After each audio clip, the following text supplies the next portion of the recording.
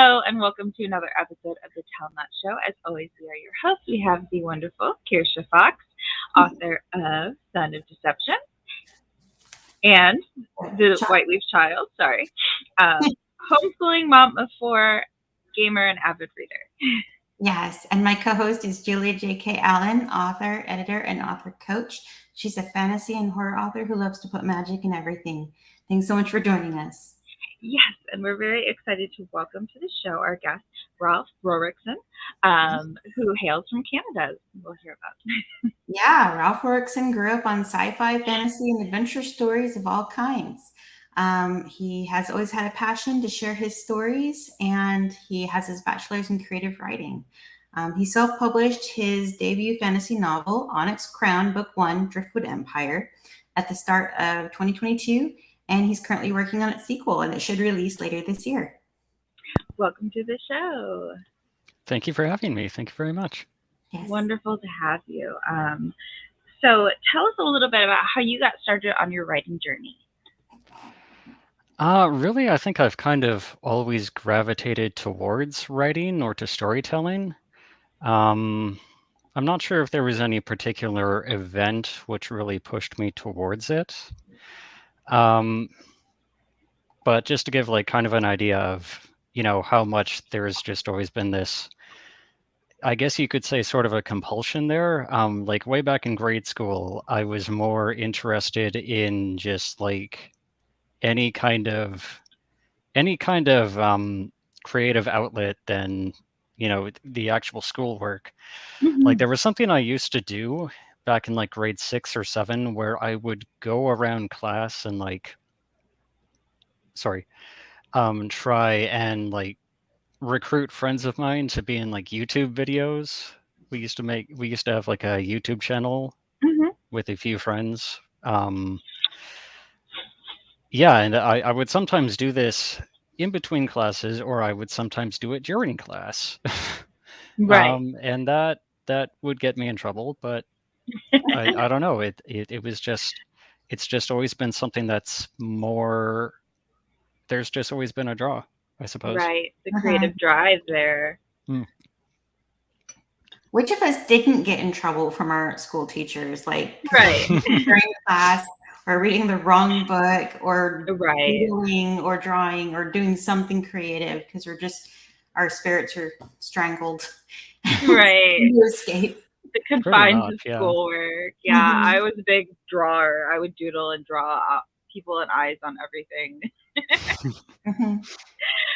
I had this horrible math teacher who actually was like, "Oh, you're the one drawing on the desk.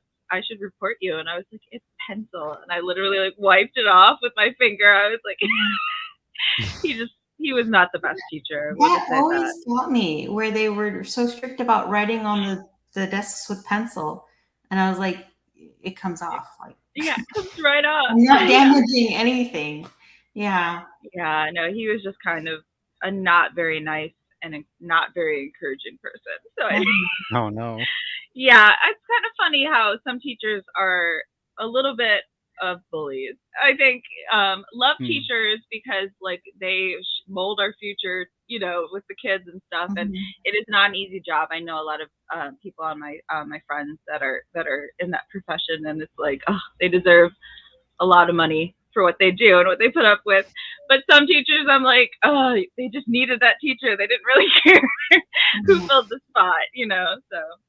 Unfortunately, most of us have had that experience of that bully teacher. That teacher just really had it out for you. Anyway, but I feel like we're getting a bit off track. Right. So tell us about the genre you write and why did you what chose that genre for you? I mostly write heroic and high fantasy. Excuse me.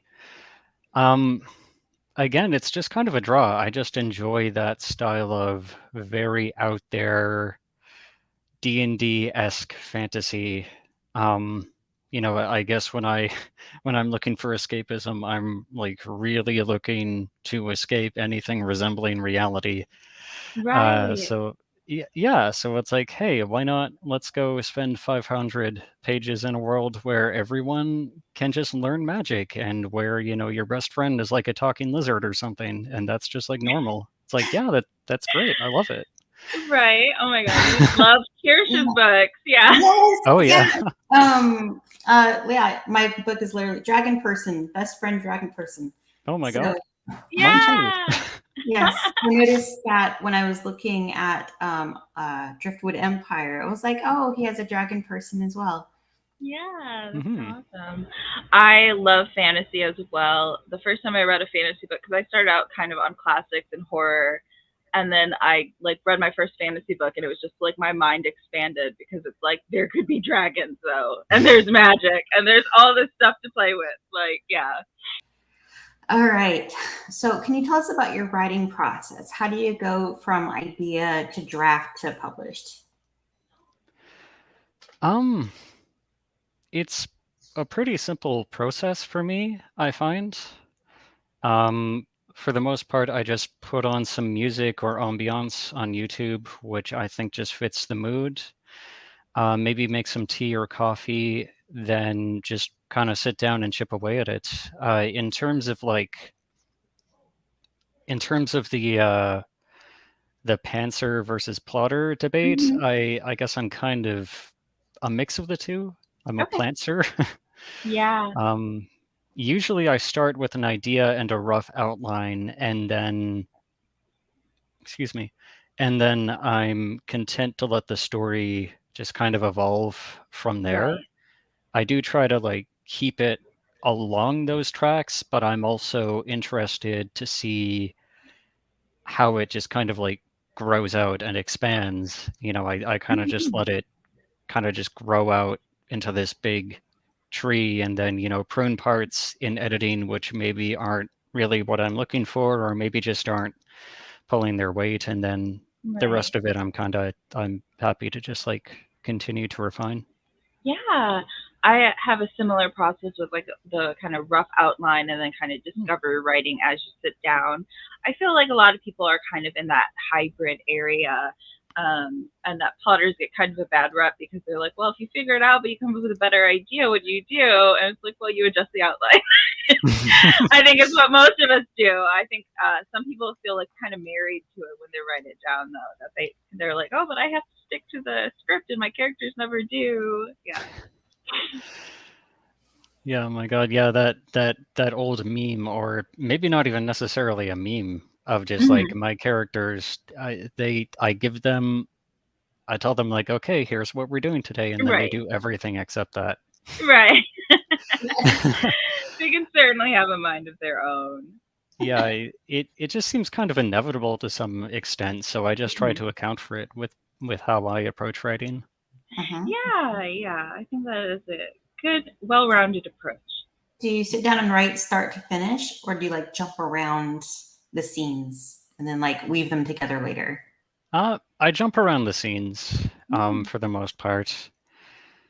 Um, I do try to write it in like vague chunks of like, okay, we're in this phase of the story, but Right. I'm not going to write that chronologically. I'm going to jump around, but still stay within that chunk of the plot, Hmm. if that makes sense. It Yeah, does. you just kind of let whatever inspires you for that morning or afternoon Hmm. to guide you what you're writing that day. Mhm. Yeah. Yeah. Do you have a favorite kind of music you listen to when you write? I really like uh ambient music, like stuff that Hmm. doesn't draw too much attention to itself. There's this genre I really enjoy called dungeon synth, Oh, which okay. is yeah, which is like this really if you've not heard of it, it's like this really really kind of like lo-fi Hmm. genre of synth music that's based on like old video game soundtracks, and it's really Oh, kind of like no, it's that very sounds epic. Yeah. yeah, yeah, it's a strange genre, but I find it really helps me get in the headspace. Mhm. There's Right. there's a few YouTube channels I follow which post either like it's either one of the things they post, like full albums of Dungeon Synth, or it's completely what they are devoted to posting. Oh, nice. Yeah. Hmm. Oh, that's fun. I know there's that whole lo-fi channel that's now like a universe that you can explore too. Yeah. So yeah, no, music is very inspirational. I feel like so finding the music that works for you is really like really beneficial to know. Hmm. What do you think is the most important part to writing? Um, I feel like this is a really basic answer, Hmm. but I think just sitting down and chipping away at it, like just sitting, just sitting Right. down and doing it is like the most important part. Like I'm absolutely guilty of what I'm about to describe. You know, Hmm. I do feel like there is. I feel like it's an easy trap to fall into sometimes, Hmm. just getting carried away with planning or even just like daydreaming about your Right. characters and yeah, about your characters and your book and this plot and all of that. And like I said, I definitely do this as well. I sometimes get carried away in that and I'm like so wrapped up in that that it's like, oh, right, the book is not going to actually be written unless I write it. Right. The daydreaming can kind of become procrastination in some ways. Yeah. Yeah, I think we're all a little guilty of that, especially I feel like we with our guest that we talked to yesterday, like we were talking about when you're really busy, you're motivated every second that you have free, you spend writing. But then when you have like a little break and you kind of have more time, then you find yourself procrastinating a little more because you're like, oh, I have plenty of time. I'll do that in a little bit, and then all of a sudden the day's over, and you're just like, Mhm. wait, I did nothing today. So Yeah. Yes, getting your butt in the seat and actually doing the writing. That very beneficial. Yeah, it's very helpful. is the important part of writing for sure. Hmm. Awesome. All right. So, do you feel like your books are more character driven or more plot driven? Um, Driftwood Empire, I would Mhm. say, is certainly more plot driven. But I tend more towards stuff which is character driven, and that's something I want to kind of transition more towards. Okay.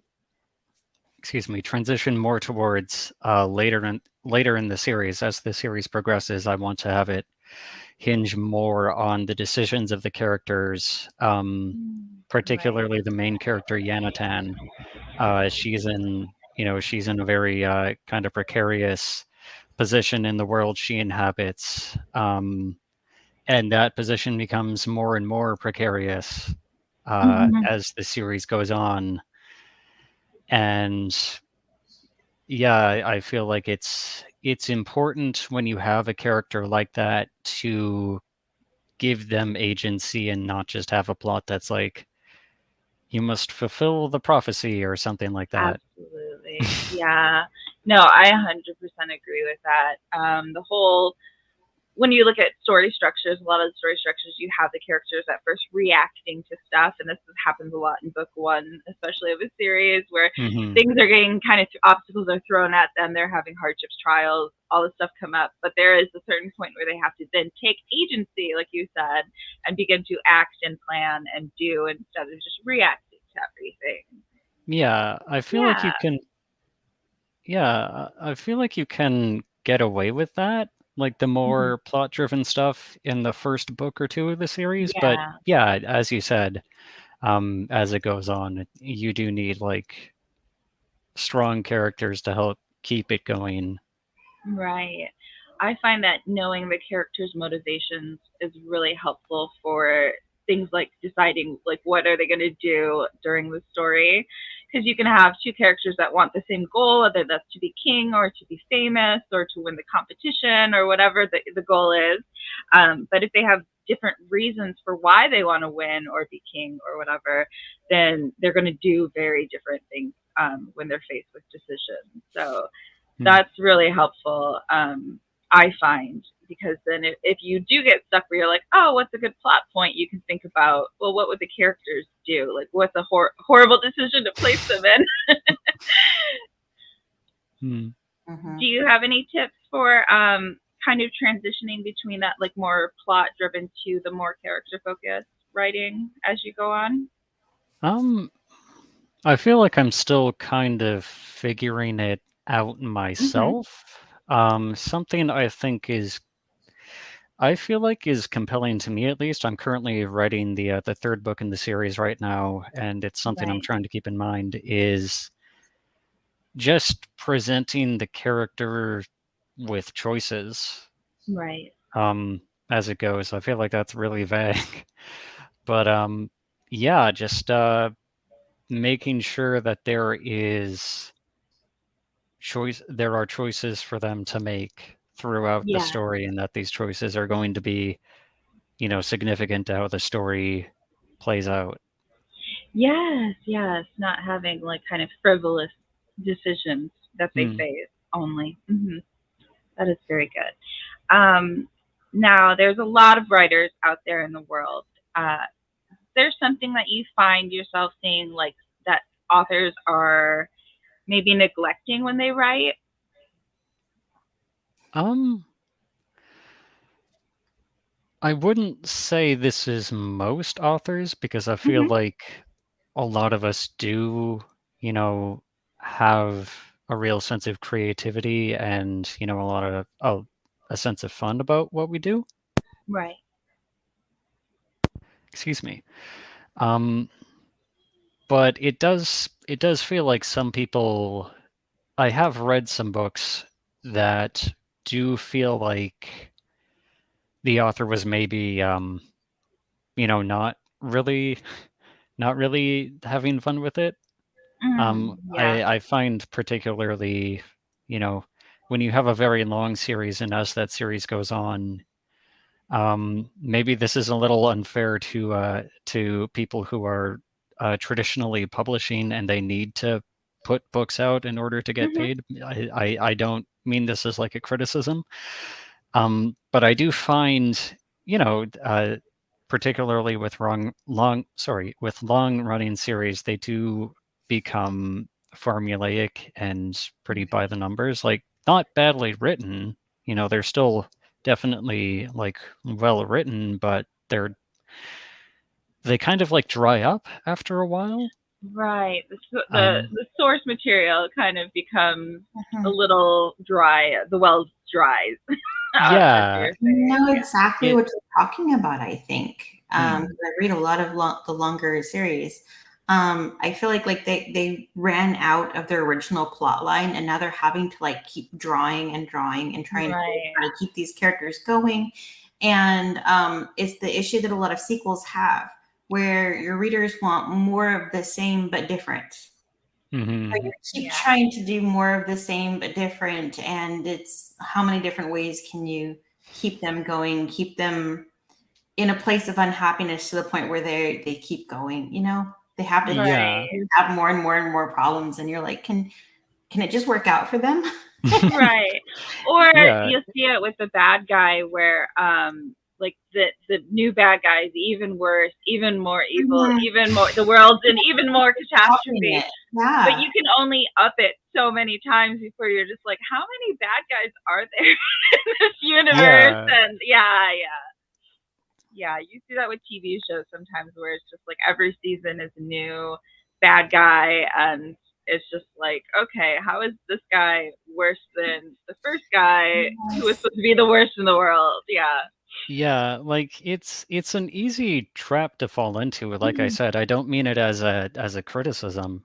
No, yeah. Um, but yeah, like it's a hard balance to strike, particularly if you are in a position where you need to keep producing that series. Right, right. But yeah, after a certain point, it does feel like reading an assignment that somebody had to write for school, and I'm kind Right, the of spark is kind of gone. yeah, and I guess like I don't know. I guess like the thing I feel like they're neglecting there is just I don't know. I guess just taking the time to try and figure out how to keep it fresh or how Right. to I don't know if this makes any sense, but It writing does. is an art form, uh, and you're an artist, and I feel like some people just kind of let go of that or kind of forget that. Uh, Mhm. and again, like I'm sympathetic because they're oftentimes trying to pay the bills, but Right. yeah, it's a tricky thing, like trying to keep things fresh. I think as consumers of media, like the worst thing in the world is when they make it like 4 movies instead of 3. You know what I mean? Like I Hmm. feel like we all understand what your what your point is, that there's a certain point where you're drawing it too thin over to Yeah, spread it out, and it loses that spark for sure. yeah. You don't want a situation like the Hobbit movies where they took one fairly short book and made 3 movies out of it. Yes, and had to add in all this extra stuff, and yeah, Hmm. just to make it work. Um, yeah, no, I can definitely relate to feeling like that, because when you're Mhm. reading from your favorite author, or you're reading a series that you love, and then you get to like book 5 and you're just like, this doesn't have the magic. Yeah, Mm. doesn't serve anyone. But Mhm. Yeah. So, do you have a favorite author, and what do you feel like they do really well? Um, I'm not sure if he's my favorite author, but there mhm, is a British author named James Lovegrove, and I really like his work. He wrote a series of like military science fantasy novels about um, basically for each book he like picks a mythological pantheon like Greek or Egyptian or mhm, Norse, so on and so forth.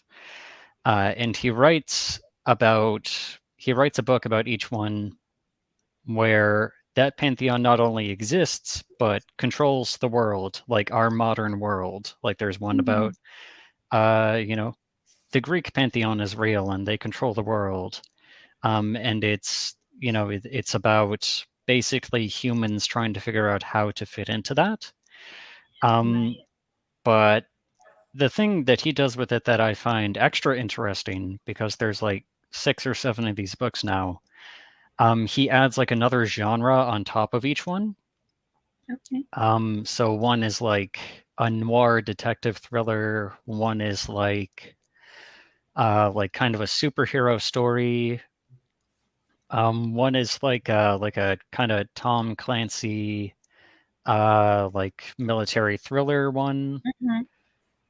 Um, and he just finds all of these. He's really good at figuring out how the world works around this hierarchy and how all of Right. these elements are going to be blended together and just figuring out how all of these pieces fit together. I think his world building and genre blending are really good.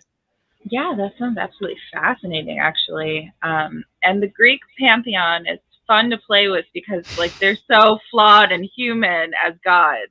Oh yeah. Um, so the shenanigans that they get up to, and then how would that affect our world, can be really fun to play with. I'm sure. Mhm. Oh yeah, like it's really interesting all like the scenarios he comes up with even within each book. Like Yeah.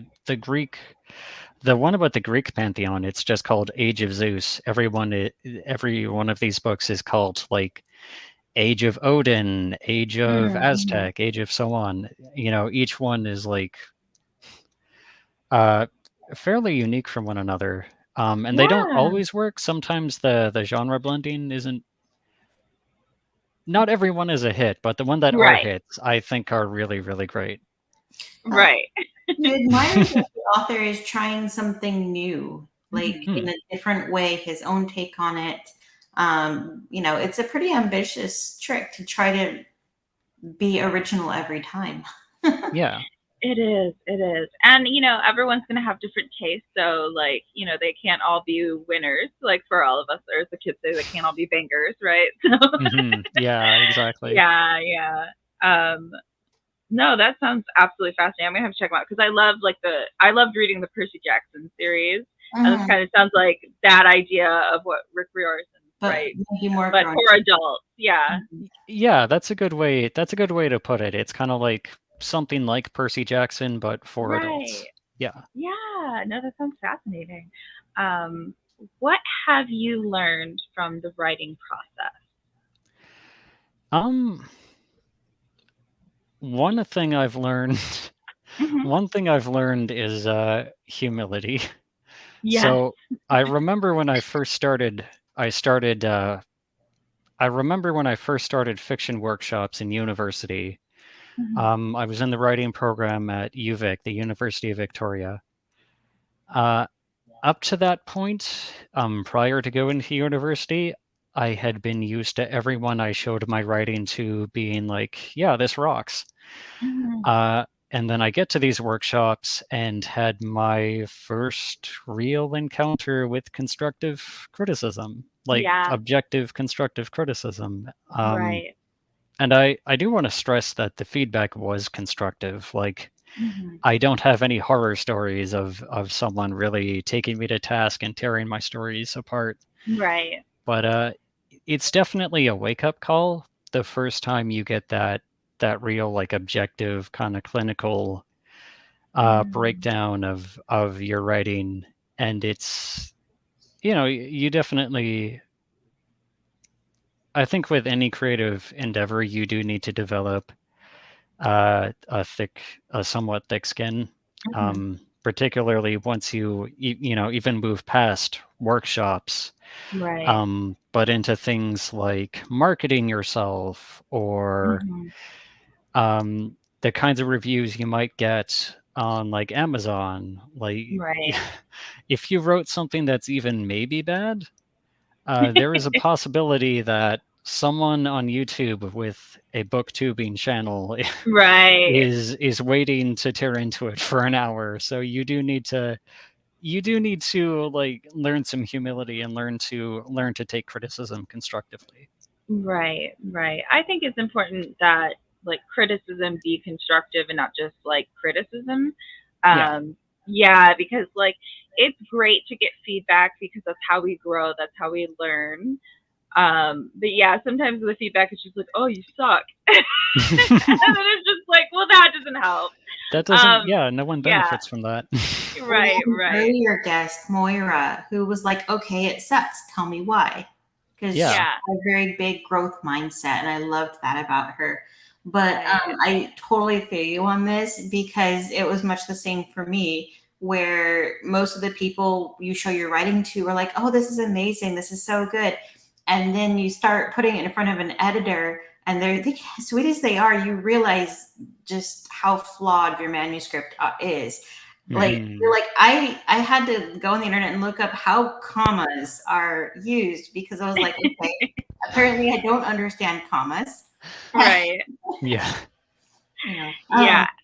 As an Mhm. editor, I find that I tell people to like my biggest advice is like just sit with it for a couple of days because even if you have a thick skin, your initial response is just like to get defensive and be like, "No, my baby, you just don't understand my vision." Yeah. I as an editor, I even still have that feeling as an author where I'm like, "Oh, but they're criticizing what my decisions."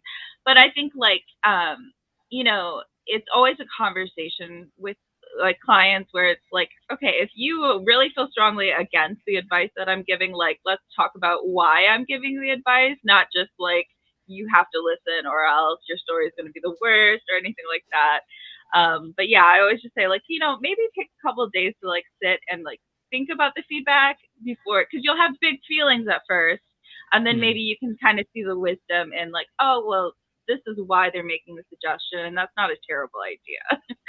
Yeah. But that can help. if your ego can't take strangers on the internet poking holes in your baby, or in Yeah. something that you love, after you put your book out to the world, you essentially become like a public figure. People can talk about you Mm-hmm. and your writing, and you need to not engage it. Right, right. It can be very Yeah. Leave hard. them alone and not say anything, and just keep doing what you love, and don't let it stop you from doing that. But Yeah. yeah. There's some book talk drama about how authors have dealt with reviewers in kind of inappropriate ways. Yeah. I So I've seen some horror stories. I'm not really on TikTok, right. but on Right. some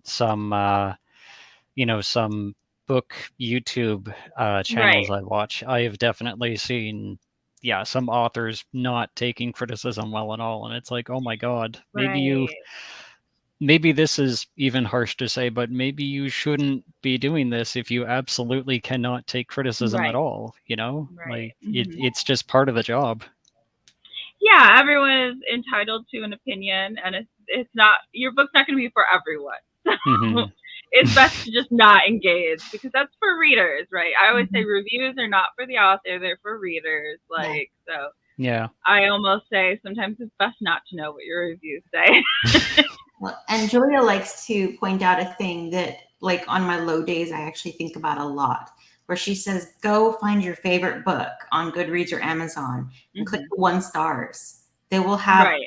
they'll have Mm. 1,000 1-star reviews from people who will say the worst things about it, but this is your favorite book. Right. Your book Mm. isn't going to be for everyone, but you No, can't and let that stop you from getting out to the people who will love yeah, it. if you have a bad review, you're in good company.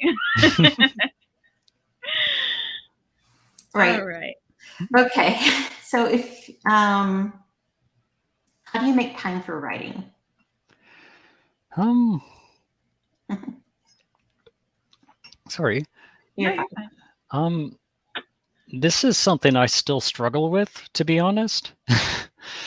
um, between between work and some long-standing health issues that tend to slow me down sometimes, Yeah. it's hard for me to find the time or the energy some days. Um, so something I try to do at least is just sneak it in when I can. So, like during evenings when I first get home before dinner, during lunch break at work, if for some reason I get up too early, in the morning, I might do a bit then before I go to work. Just like trying to, yeah, just trying to take opportunities to do it. Right, right. You kind of have to be sneaky about how you fit it into your life. I can relate to the not always having the spoons or the energy to do it. Mm. It's one of the reasons why we see a lot of guests. Like, one of the questions we ask is like, "What's writing advice you hate?" And a lot of people hate like absolutisms, like you have to write every day, because like Oh, that's yeah. not always feasible for everyone, right? Because whether you have like neurodivergency or you have chronic illness, you might not be able to do that every day. And so it's like Yeah. having that grace and understanding for yourself and showing up when you can. Yeah. Quite a few authors are like, I write when I can, but Yeah. they use those Hmm. little bits of time that they can cobble together to just keep getting their books out there. And I'm one of them where, like, my life is Yeah. full to the brim. I'm very busy, but while I'm busy, my brain is just always go, go, go about these plot points, these characters, and just fighting it out in my head before I ever sit down at a computer to write it all out. Right, So, right. Yeah, being a mom of four will do that. For sure. a homeschooling mom of 4 on top of that. Oh man. Right. Yeah. But I think that that is the difference between the people who write books and the people who have ideas but never write them, is we actually Right. sit down and find time to do it. Yeah. Yeah. I think it's really important when you're a creative person to be nourishing that. Yeah. So, what is your favorite part of writing? My favorite parts. This is apparently an unusual thing to say, but I like editing. Okay. I like revision. Um, the first draft or two are basically always going to be kind of janky. They don't need to be perfect yet, so that's okay. You can go back and fix them, Right. but they just always are going to be.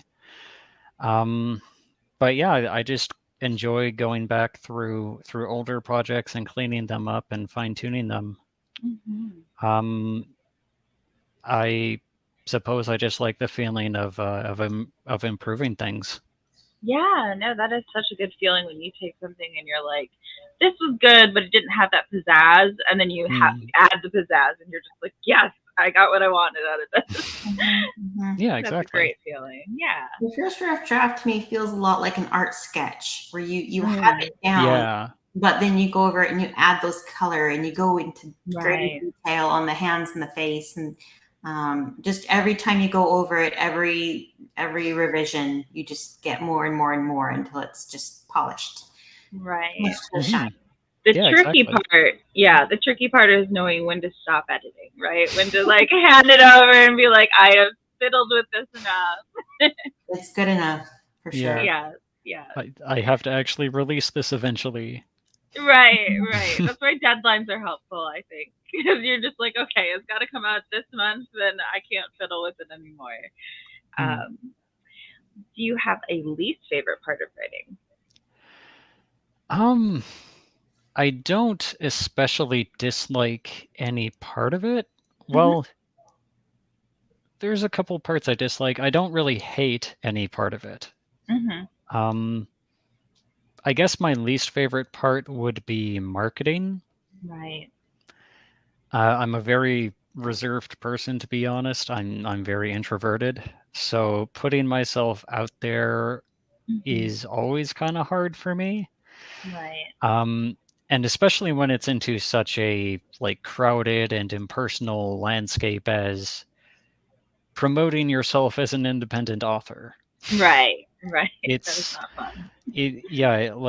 it's hard to do even when you are extroverted and like putting yourself out there. So for me it's Mm-hmm. just like I don't like this at all. Right. Right. You have That's to one do of a the lot of. reasons. Sorry. I was just gonna say you got to do a lot of recharging after. Mhm. Mhm. I was gonna say that's one of the reasons why we actually created this show, is to give a platform to smaller indie authors to have a chance to talk about their books and talk about their writing process, and it serves as a tool to the new authors who are just Mm-hmm. starting out, and they can kind of get the wisdom from somewhat more experienced authors. Mm-hmm. Mhm. Sometimes the message of, hey, you're not alone and you're not weird and you're not, you're not doing it wrong, You're not crazy. Right. powerful. Right. Yeah. Well, I think writing can be a very solitary thing, which for good and bad. It gives us a whole new world to explore. Oftentimes, more than one world to explore. But it can be very isolating. So it's nice when you see other people that are like, oh, I have that same struggle, or I'm that same kind of writer. It can be very encouraging because not everyone has great support in their life for their writing, unfortunately. Mhm. And our whole tagline is, there's more than one way up a mountain. There is Mm-hmm. no one way to do any of this. Right, right. Yeah, I'll see on different Facebook groups that I'm in for writers, and they'll be like, I was told I have to write like this, and how do I do that? It's just like, no, you can write anyway, because like there's so as many writers as there are in the world, there's different ways to write and get to that end result. It's Yeah. difficult Yeah. because like high schools typically teach like maybe one or two ways of writing. Right, You right. have to make an outline and you have to do it this way and you have to follow this particular formula. Otherwise, Right, they don't teach Mhm. you right. other ways. Yeah, I did have in my first university fiction workshop, Mm-hmm. I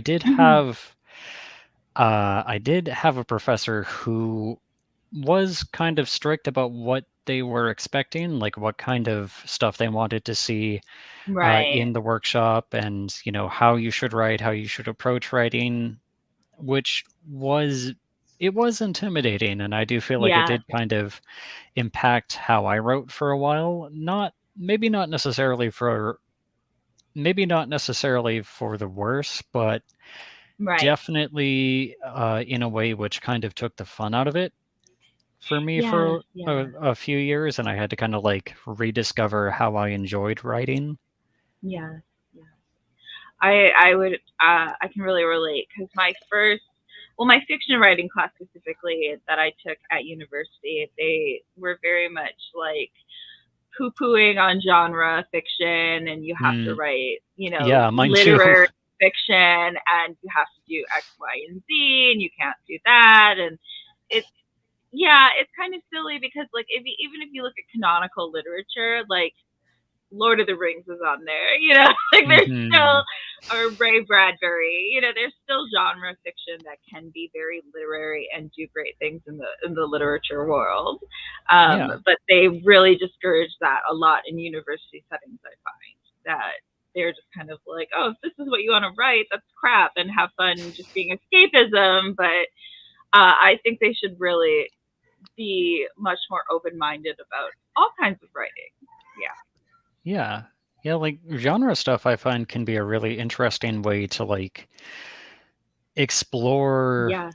yeah, like explore things like horror. I dabble a little bit in writing horror as well. I like reading and like watching horror, and I find it's Nice. actually, yeah, it's actually like a really, it's a cool genre for exploring things, Mm-hmm. be that like Right. society or like people or just, yourself. It's like a really intimate genre Right. that kind of lends itself to that, I think, Mhm. Yeah, for one psychological example. exploration for sure. I think that too. It's like um, you can explore real world issues, like you said, societal implications through Mhm. genre writing a lot easier sometimes than just writing about someone getting robbed and beat up, in Yeah. literary fiction. You can only do so much with that. Whereas with horror, for example, you can really get into like what is the deep seated dark side of humanity. Yeah. Yeah. Fiction has a way of holding up a mirror to you.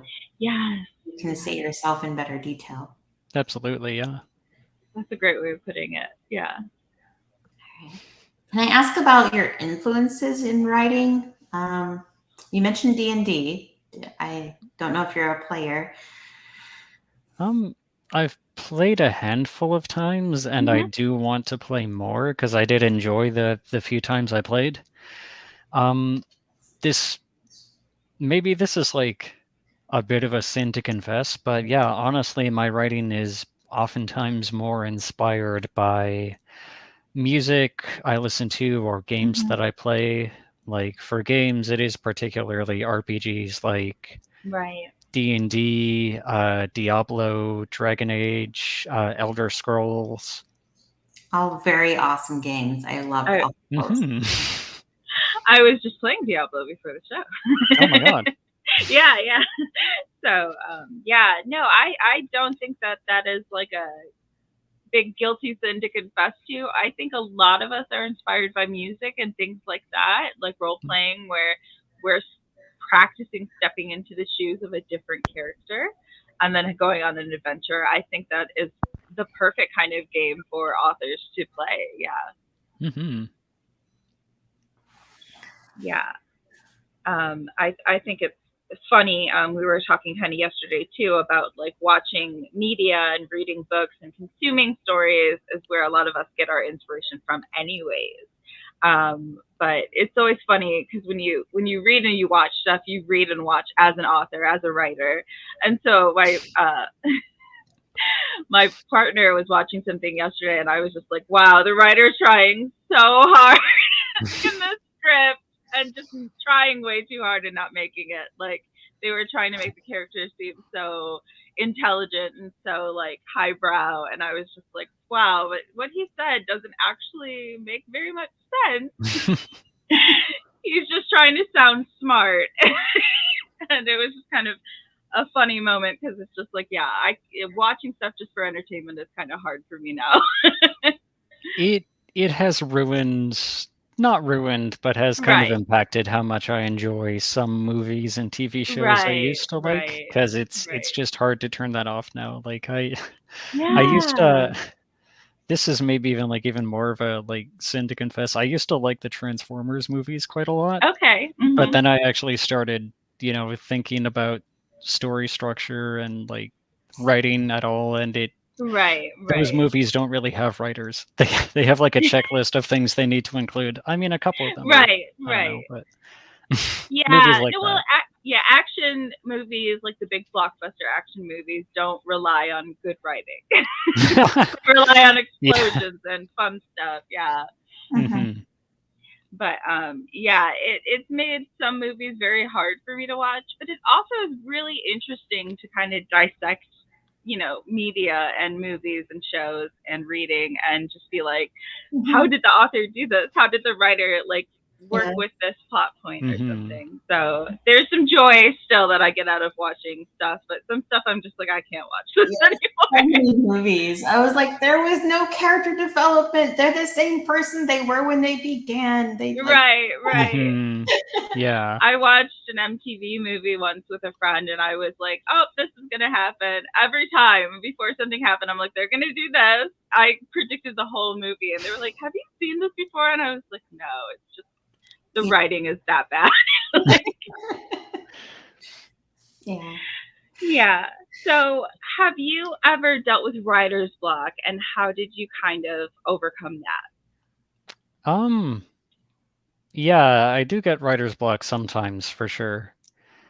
And the way I often deal with it is I just kind of let myself take a break for a bit. Um, when I absolutely want to write or feel like I need to write, Mm-hmm. I often just put on some music and try to power through. You don't normally get a lot forcing it like that, Right. but you can consistently get a little, and sometimes that's enough. You still made progress on that Right. project. Kind of muddle through. Um, Hmm. a good quote I saw about writing is, and especially if you are a pantser, it's kind of like it's like when you're driving at night, you can only see as far as your headlights go, but you can still make the whole journey that way. So I like that idea of looking at writer's block as like I'm only getting a few words in and I'm like kind of muddling through, but like you can still get through the sticky part if you keep going. Yeah. Mm-hmm. All right. So this is one of my favorite questions. What has been your most significant writing victory so far? So far it would definitely be self-publishing Driftwood Empire. Mm-hmm. It's a very surreal moment. Right. Excuse me. Holding your debut for the first time Yes. and letting it kind of sink in that, like, I made this. Yeah. No. I made this. I always think of the otter meme where she's holding up her baby and she's like, I made Yes. this. I love That's Yeah. this. that's what it feels like. And it's the best feeling in the world when you hold your first book and you're just like, oh my gosh, I did this. Like I did this whole thing. Real. Yeah. It's a real Hmm. whole book. Yes. Yeah, it's surreal feeling. I love that feeling the most. I think all of Mm. us writers are just chasing that high. Yeah. Yeah. So is there anything that you're reading right now? What I'm reading right now, I'm currently reading another indie novel called Trail of Flames by Marlo York. Okay. It's the second book in her YA science fantasy series, and it's about a young woman uniting these tribes of people with these various elemental powers. Okay. Like some of them have these giant animal companions, some of them have, control over wind or water. And she's trying to unite them against this oppressive, technologically advanced city state. Mm-hmm. It's kind of like Hunger Games meets The Last Airbender meets Princess Mononoke. Oh, So, okay. kind Oh. of a mix of those three, I would describe it as. It's good so far. Hmm. With a list like that, it should be good. Hmm. Right. No, I love Miyazaki films particularly. So, you say for Mononoke and that grabs my interest immediately. So, yeah, no, great storytelling. All right. Do you have any writing advice that you were given or that you've heard that doesn't really resonate with you or it was unhelpful? Um, yeah, I don't like the advice that you should cut out absolutely everything that's not relevant, like directly relevant to the plot. Okay. Um, like obviously it does make sense to trim the fat and remove fluff. There are some things that you might add to a story which don't need to be there or which could be Mm-hmm. trimmed down. It does make sense, but I've seen people kind of take it too I guess, a bit of an extreme and say, if this is not directly serving Right. the points of the book, I guess you could say, you got to take it out. And I don't like that. I feel like you lose so many fun flourishes and Mm, details and so many interesting or compelling little asides or character moments, which, right. even if they're maybe not pushing the story forward on their own, can still kind of contribute something to the story. Right. We don't want to cut Yeah. out the depth of the story or the story world. Because I Hmm. feel like if when I give advice like that, it's like it should move the story forward or develop characters or develop world building. Like there's Yeah. other things you should be doing besides moving the story forward. I agree. Yeah, Mhm. Hmm. 100%. Yeah. Is there any advice that you found really helpful that you would share with a new author? Um, I like the advice that writing is kind of it can become a routine. Like, it can be Mm-hmm. hard to hit your stride and really get, stuck into doing it sometimes. Mm-hmm. Um, but as you do it more and more, it gets easier to at least start doing it. It gets easier to Right. like sit down and do it. You know, Yeah. yeah, if you make it part of your routine, you can make it so much easier. Well, somewhat easier for yourself at least. Right. Do you have any like kind of rituals you do? I know music is a big thing for you, but Hmm. like is there anything you do that like kind of gets you into the like it's time to write mindset? Um, Not necessarily a ritual. Mhm. Um, yeah, like I do tend to like make a cup of tea or coffee, Yeah. and then spend a minute or two just like finding whatever it is I'm going to listen to. Mhm. And it has to be something that fits the vibe of the scene or Yes. whichever Yes. that I'm writing. I'm kind of finicky in that way, but Mhm. yeah, I would say that's the only ritual I have. Yeah, that can be helpful though. Like when you sit down with your cup of tea and you click that music and you get it started, that can just kind of transport you into writing mode. So Hmm. I find, yeah, that's awesome. All right. Well, you've been such a joy to have on Yeah. our show. Where can our viewers learn more about you and more about your 2B series? Um. So I have a Twitter that is just Ralph Rohr Writes. At Ralph Rohr Writes. Um, I have an Instagram, which is the same thing. Um, and I have a YouTube channel where I sometimes post stuff related to my writing. Okay. And that's just Ralph Rorickson, author, on YouTube. And then, yeah, my first book, Driftwood Empire, is on Amazon right now, Mhm. in ebook and paperback. Yeah, and congratulations on your first novel that was Yeah, released. thank That's you. amazing. It's such an accomplishment. I always say, congratulations to anyone who's written a book because everyone's like, oh, I have a book in me. It's a lot harder to get it out of you. Yeah, that's the tricky part, is Yes, making it exist. right. Making it exist outside of your head. Thank you so much for joining us. You were a pleasure to talk to. Yeah. And yeah, and thank you to everyone who's listening along at home. Make sure to catch our next episode, which always releases Friday.